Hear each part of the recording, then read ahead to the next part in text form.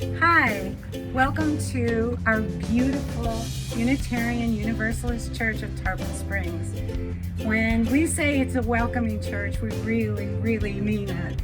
I came here a couple of years ago. I didn't really know very many people, and the church has just been wonderful. The congregation is amazing. They do many wonderful things. So hopefully join us for a service. Thank you.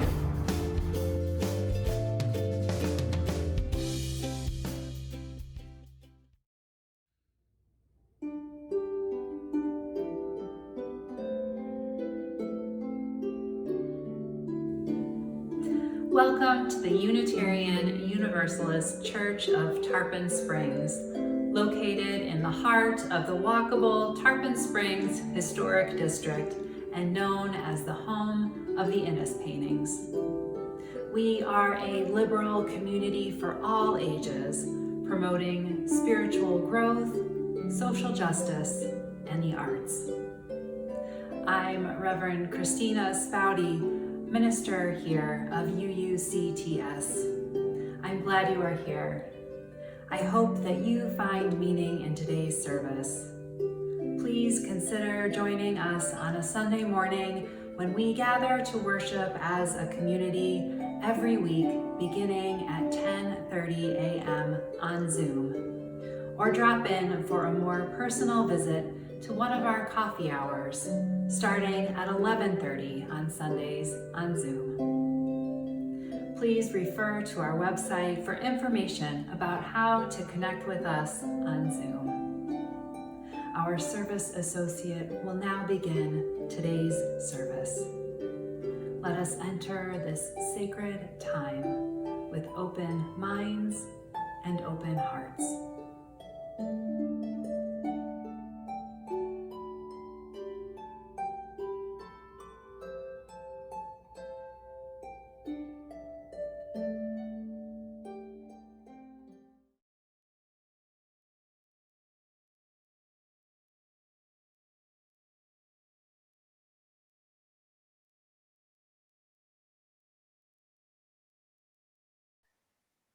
Welcome.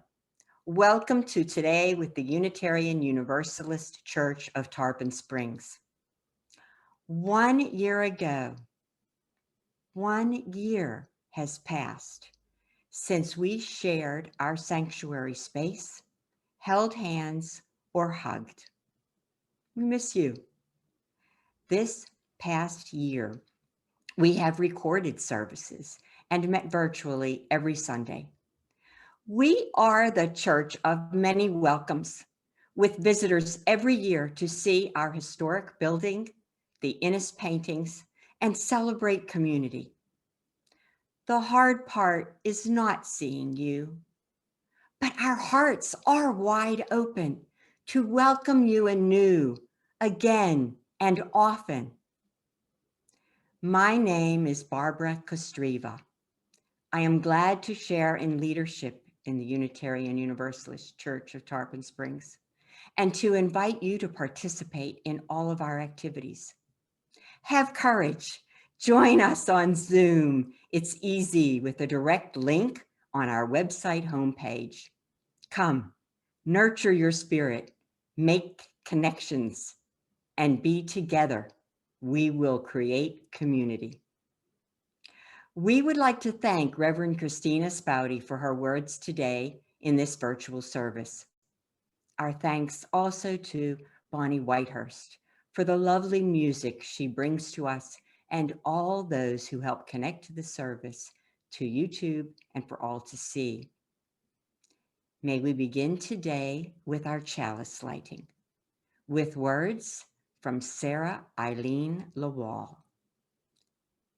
Out of flames of fear, we rise with courage of our deepest convictions to stand for justice, inclusion, and peace. Out of the flames of scrutiny, we rise to proclaim our faith with hope to heal a fractured and hurting world. Out of the flames of doubt, we rise to embrace the mystery, wonder, and awe of all there is and all there is yet to be. Out of the flames of hate, we rise with the force of love, love that celebrates our shared humanity. Out of the flames we rise.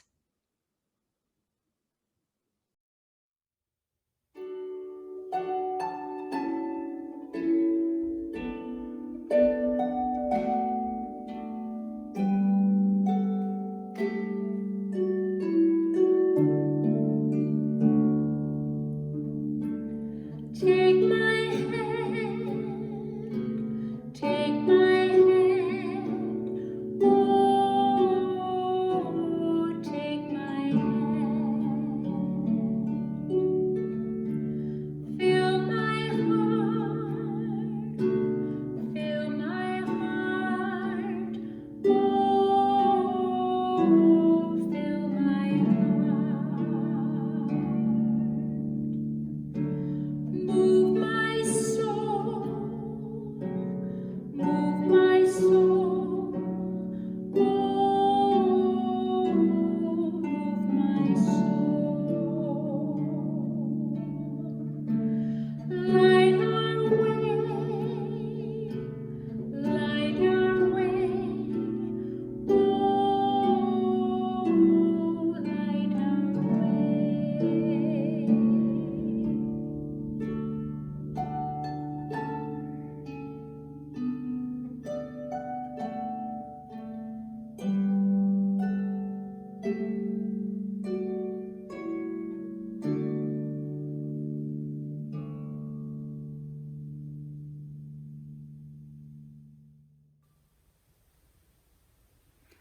Today's story is an old one. It's a folk tale that comes from India and has many iterations.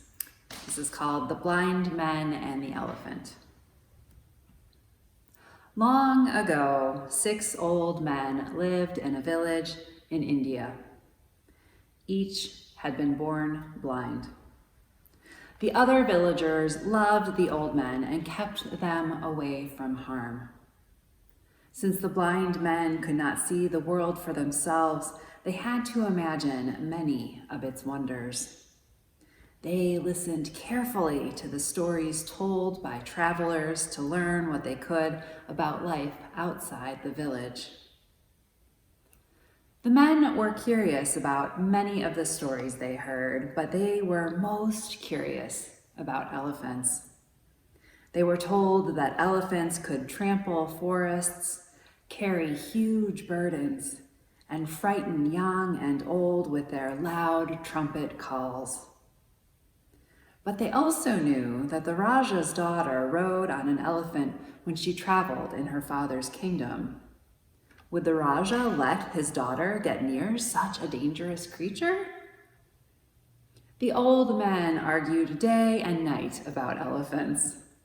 An elephant must be a powerful giant, claimed the first blind man. He had heard stories about elephants being used to clear forests and build roads. No, you must be wrong, argued the second blind man. An elephant must be graceful and gentle if a princess is to ride on its back. You're wrong. I have heard that an elephant can pierce a man's heart with its terrible horn, said the third blind man. Please, said the fourth blind man, you are all mistaken. An elephant is nothing more than a large sort of cow. You know how people exaggerate. I am sure that an elephant is something magical, said the fifth blind man. That would explain why the Raja's daughter can travel safely throughout the kingdom. I don't believe elephants exist at all, declared the sixth blind man. I think we are all victims of a cruel joke. Finally, the villagers grew tired of all of the arguments, and they arranged for the curious men to visit the palace of the Raja to learn the truth about elephants. A young boy from their village was selected to guide the blind men on their journey. The smallest man put his hand on the shoulder of the boy, and the second blind man put his hand on his friend's shoulder, and so on until all 6 men were ready to walk safely behind the boy who would lead them to the Raja's magnificent palace. When the blind men reached the palace, they were greeted by an old friend from their village who worked as a gardener on the palace grounds. Their friend led them to the courtyard. There stood an elephant. The blind men stepped forward to touch the creature that was the subject of so many of their arguments. The first blind man reached out and touched the side of the huge animal. An elephant is smooth and solid like a wall, he declared. It must be very powerful. The second blind man put his hand on the elephant's limber trunk. An elephant is like a giant snake, he announced. The third blind man felt the elephant's pointed tusk. I was right, he said. This creature is as sharp and as deadly as a spear. The fourth blind man touched one of the elephant's forelegs. What we have here, he said, is an extremely large cow. The fifth blind man felt the elephant's giant ear. I believe an elephant is like a huge fan or maybe a magic carpet that can fly over mountains and treetops, he said. The sixth blind man gave a tug on the elephant's coarse tail. Why, this is nothing more than a piece of old rope. Dangerous indeed, he scoffed. The gardener led his friends to the shade of a tree. Sit here and rest for the long journey home, he said. I will bring you some water to drink. While they waited, the 6 blind men talked about the elephant. An elephant is like a wall, said the first blind man. Surely we can agree on that. A wall? An elephant is a giant snake, answered the second blind man. It's a spear, I tell you, insisted the third man. I'm certain it's a giant cow, said the fourth blind man. Magic carpet, there's no doubt, said the fifth blind man. Don't you see, pleaded the sixth blind man, someone used a rope to trick us. Their argument continued and their shouts grew louder and louder. Wall, snake, spear, cow, carpet, rope. Stop shouting, called a very angry voice. It was the Raja, awakened from his nap by the noisy argument. How can each of you be so certain you are right? Asked the ruler. The 6 blind men considered the question, and then, knowing the Raja to be a very wise man, they decided to say nothing at all. The elephant is a very large animal, said the Raja kindly. Each man touched only one part. Perhaps if you put the parts together, you will see the truth. Now, let me finish my nap in peace. When their friend returned to the garden with the cold water, the 6 men rested quietly in the shade, thinking about the Raja's advice. He is right, said the first blind man. To learn the truth, we must put all the parts together. Let's discuss this on the journey home. The first blind man put his hand on the shoulder of the young boy who would guide them home. And the second blind man put his hand on his friend's shoulder, and so on until all 6 men were ready to travel together.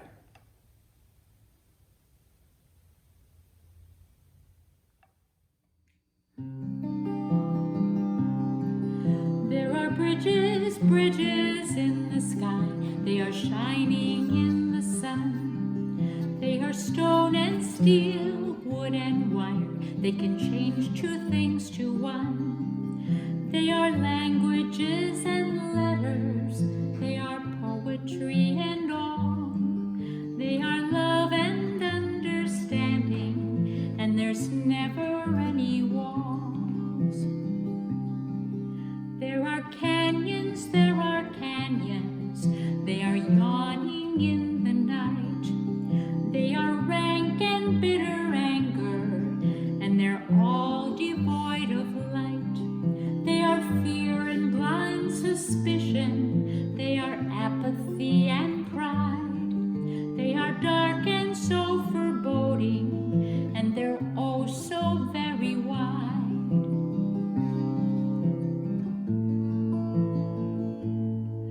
Let us build a bridge of music, let us cross it with a song. Let us span another canyon, let us right another wrong. Oh, and if someone should ask us where we're up and bound today, we will tell them building bridges and be off and on our way. We're off and on our way.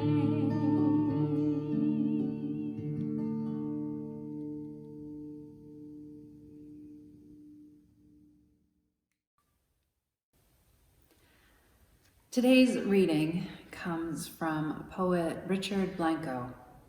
This piece is called November Eyes. I question everyone, everything, even the sun as I drive east down Main Street, radio off, to Amy's diner. She bobby pins her hair, smiles her usual good morning, but her eyes askew say something like, "You believe this?" As she wipes the counter, tosses aside the Journal Times, the election headlines as bitter as the coffee she pours for me without a blink. After a cup and a blueberry muffin, I remember my bills are due by the 15th, so I cross on Main to the post office. Those American flag stamps are all Debbie has left.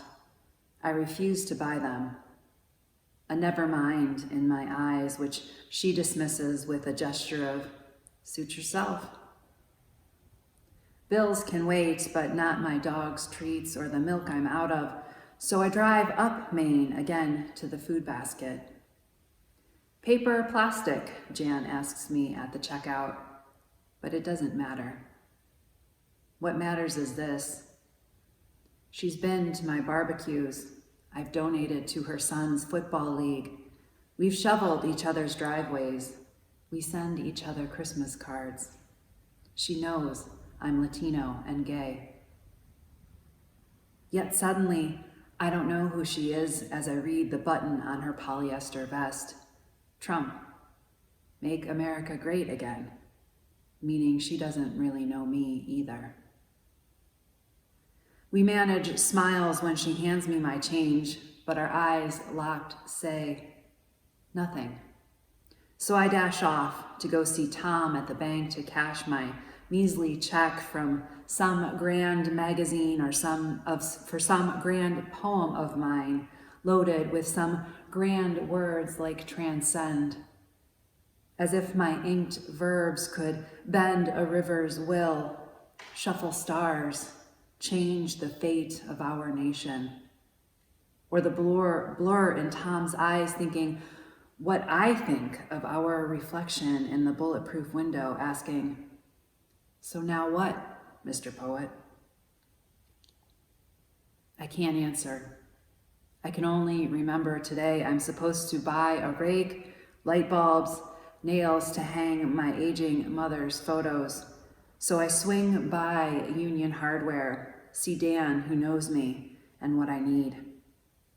He rings me up, doesn't say goodbye, says good luck, as if his eyes can see the uncertainty in my own, worried about my immigrant cousin, factory jobs, groped women, hijabs, blacklists, bans, the church, the deep state, cops, race, and which lives matter, hacked votes, refugee camps, dead children, missiles, suicide bombers, carbon footprints, polar bears, sunk islands, my gay marriage, the bills for my pre-existing ulcer flaring, guns at malls, guns at schools, guns at clubs, more guns, more corporate rights, soulless cubicles, the empty Supreme Court seats, the border wall, bullying, the demise of language, news, the silence of suspicion, the uneasy guessing, the surprise of who's who, the cheers and gloating, or jeers and swearing, the final picking of sides, right or left, red or blue, state, city, or town. But no gray today, except for the November clouds looming over Main Street, with all the rest of our unrest arrested in our eyes, clashing against each other's glares, ready for battle.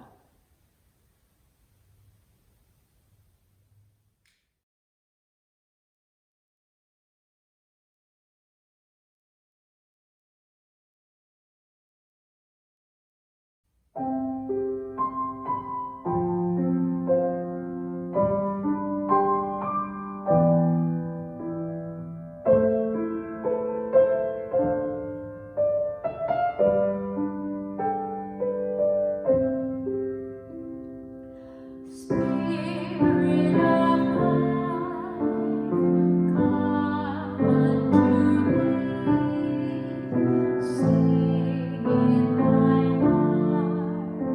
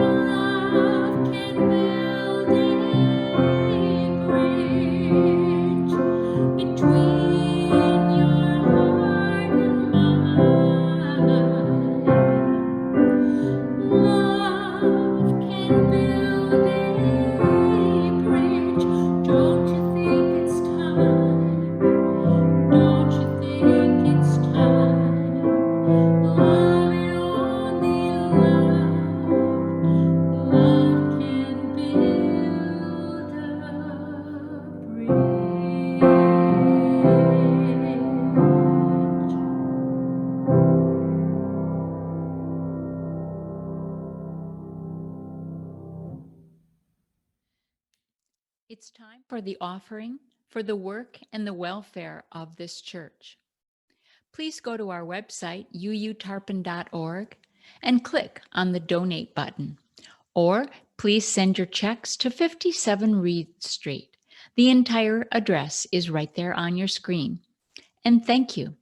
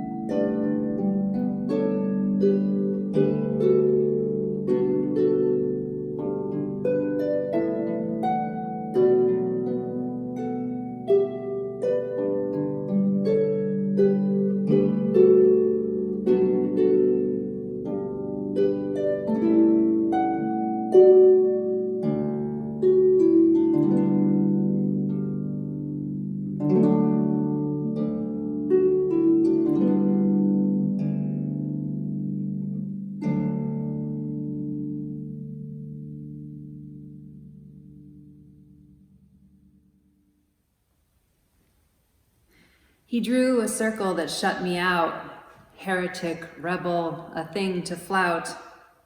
But love and I had the wit to win. We drew a circle that took him in. Perhaps you are familiar with that poem, Outwitted by Edwin Markham. We find ourselves now in a rather or excruciatingly uncomfortable place, as Richard Blanco noted. Some of us caught between the awareness of the incredible divisiveness of our nation's people and wanting things somehow to get better. If you're like me, you have no idea of how to make that happen. Even as a white, cisgender, straight, educated, temporarily sort of able-bodied person, I don't know what to do, even with love at my side. And I think that's where we all are. And I keep reminding myself, there are no right words for this time. There is nothing that we can simply do that will fix it. It will take all of us. So let's back up for a minute. I'm going to first name that things are really hard right now, and there are probably a lot of people that you're not interested in being in relationship with. Me too, I get it. There are days when I think to myself, it is not only easy being a universalist or a Unitarian for that matter, believing in the salvation of each and every one of us in this life and beyond if it exists, and believing in both our inherent goodness and potential forever betterment. Some days, I'm not so sure. There are days when I give thanks that it is not my work to offer salvation to each and every person, and that loving them all is also above my pay grade. But I still try, because trying is not above my pay grade. And it is, in fact, part of my responsibility to offer salvation to each and every person. Sometimes I know that I feel that knowing what is mine to hold and carry and do helps clarify things for me and helps me get clarity on what capacity I have for all of that, what I can own to do for myself. And taking that one bit further, know that there are truly no right or easy answers to any of this. things have not only gotten so much more visibly divisive, it has risen to the surface and been presented with such enthusiasm under the previous presidential administration that there are plenty of reasons that this is too tender or difficult for some of us. And that's okay. If that's the case for you, this isn't the time to be doing this work. And that's okay. We take turns, always. Just like a choir can keep singing and sound glorious because each person takes breaths in different places, so too is our work done. We take turns where the breaths land. It takes courage wherever you are in this process right now, whether you're saying, I don't have the bandwidth, I am too angry or hurt. It takes courage to acknowledge that this is not your best time. And if you're ready to figure out what next looks like and how to make it happen, this also takes courage. As with all things that really matter, this is not a competition. We want all of us to make it. I am confident that before the previous administration, the people of this congregation were like so many UUs who loved the opportunity to meet new people and learn different things. And I trust you still are. But we are all more cautious now and pickier about who we might have conversations with. At least I know I am. So, a while back, I was listening to some episodes of a podcast called Together Apart by a woman named Priya Parker.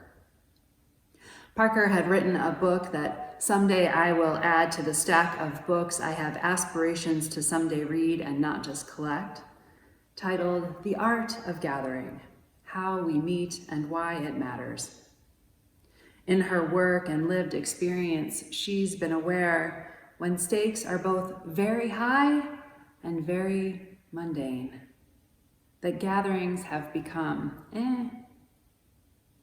We do things because they're the things we're supposed to do, however we're supposed to do them. One example she uses to talk about this is baby showers. I think even if you've never been to one, you know how they go. They're just like shown in TV and movies. A bunch of people get invited. There are different activities like baby naming, gift giving, cake, and treat eating. It's such a prescriptive event that even when people get creative about them, it's basically within the same frame, a program that's been written for you.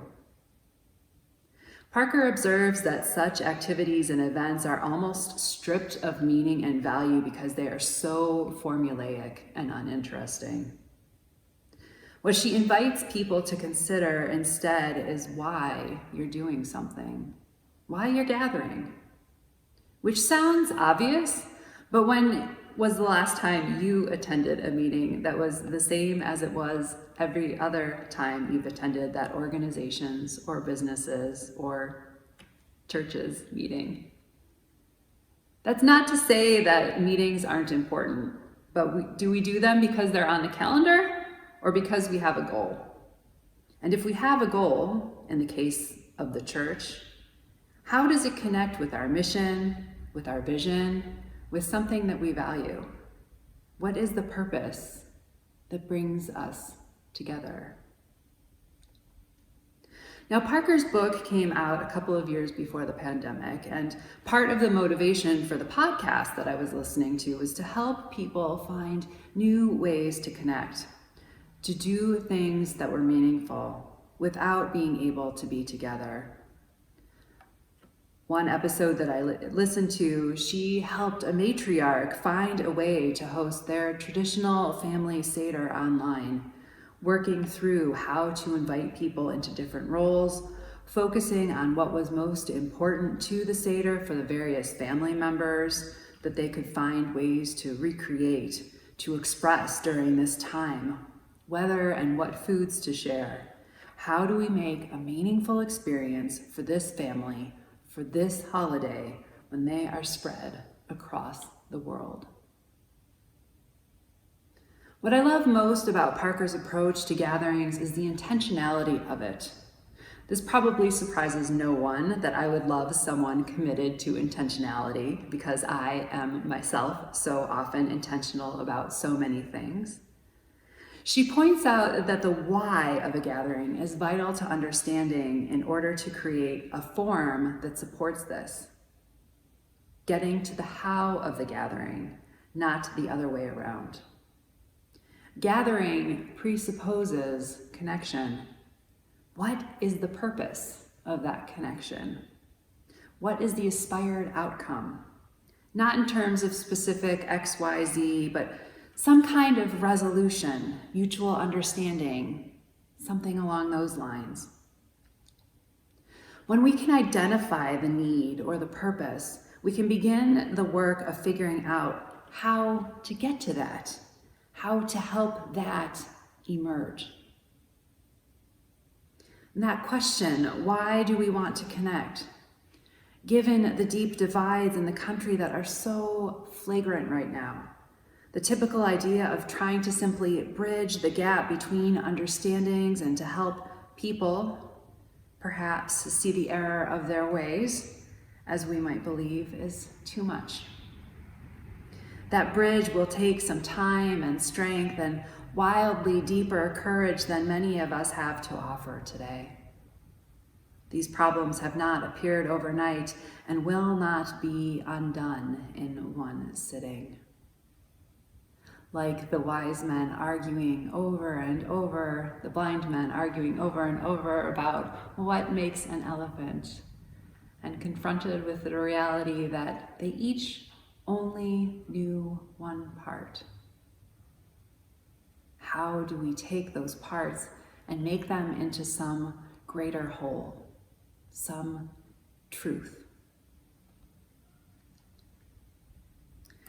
In another podcast I listened to recently, I learned about the Reverend Dr. Gregory Ellison's practice of engaging within what is within 3 feet of you, a practice taught to him by his aunt. When he was small, he asked her how he could change the world. She replied, she didn't know about that, but that he could change the 3 feet around him.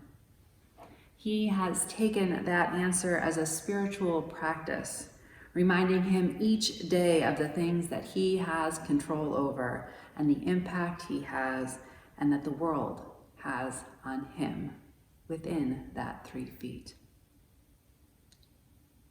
And so those 3 feet include his daily interactions, the relationships with the people he encounters, and he works to listen and value the stories of each one.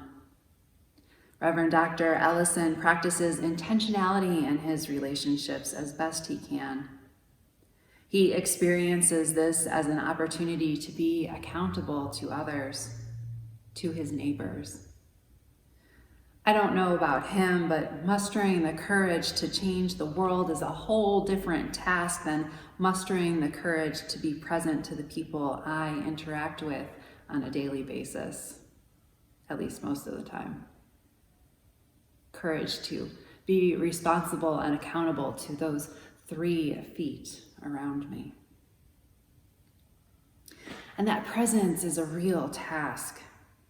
As Richard Blanco talks about in his poem, the people you know who you discover you really don't know, and they don't know you either.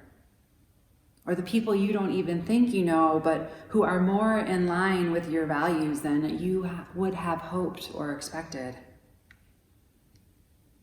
When we let go of that comfort and familiarity, we make space for the opportunities to be both angered and delighted, and under as well as overwhelmed. We start to get to experience truly what it is to be on the spectrum of being human. And we have power in that 3 feet. To some extent, what comes in that space, who comes in that space, and what you do in it.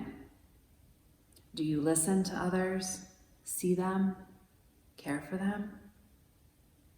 Christians might talk about being a living Christ in the world. How might we, with love, draw a circle that takes others in, that takes them into our 3 feet? What might you hold as your strongest values for sharing your 3 feet? What do you make of the gathering that might take place within that space?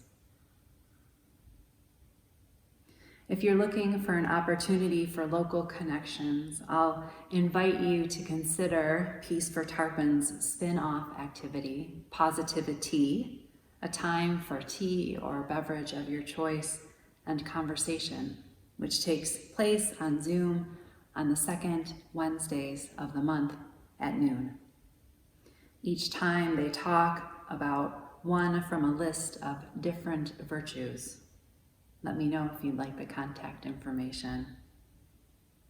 They are practicing intentional gathering, inviting neighbors into deeper conversation about the things that we all value. As meaning-seeking, meaning-making, storytelling, social creatures, wired for connection to each other and the world, down to ourselves. We find ourselves both building walls to protect ourselves, all while waiting for bridges to still somehow connect us. There are no right answers or right times, other than any answer that reaches for love, and any time we are ready to act with love. We are not castles or forts. Armor serves less to keep us safe than to keep us isolated. The Venn diagram of safety and isolation may overlap, but they also outgrow their usefulness as we, I hope, continue to grow in heart and in mind. When we can no longer be contained by the walls that were once meant to keep us safe. When they become instead what keeps us from growing and being free. May we find ways to bridge that which separates us. The bridges do not need to be steel or stone. Perhaps the bridges we create can be like those of tree roots, living, reaching outward, woven carefully over time, together, over and over, ever wider, like a love that encompasses all of us, that they might sustain each other and hold us suspended in our belief and disbelief.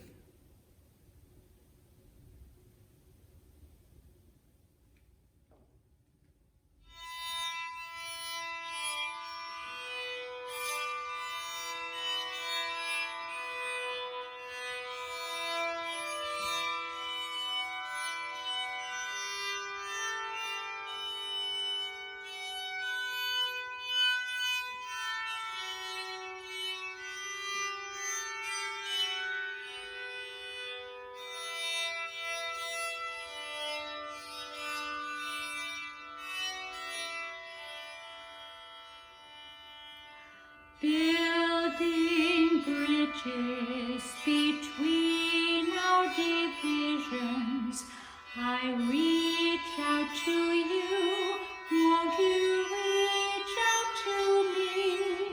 With all of our voices and all of our visions, friends, we could make such sweet harmony.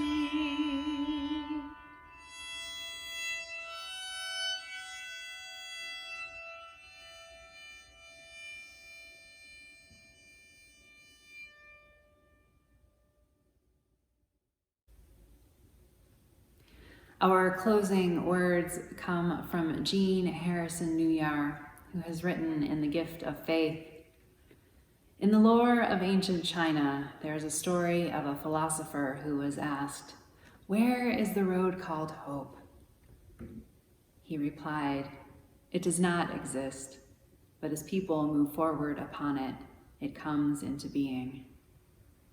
I invite you to continue moving forward on this road, this bridge, this living, beautiful adventure called hope with me.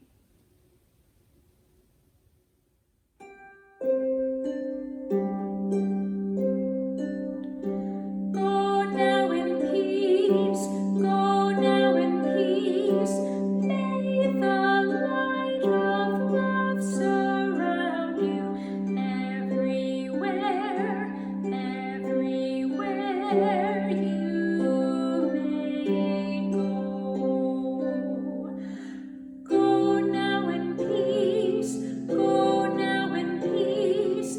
May the light of love surround you everywhere, everywhere you may go.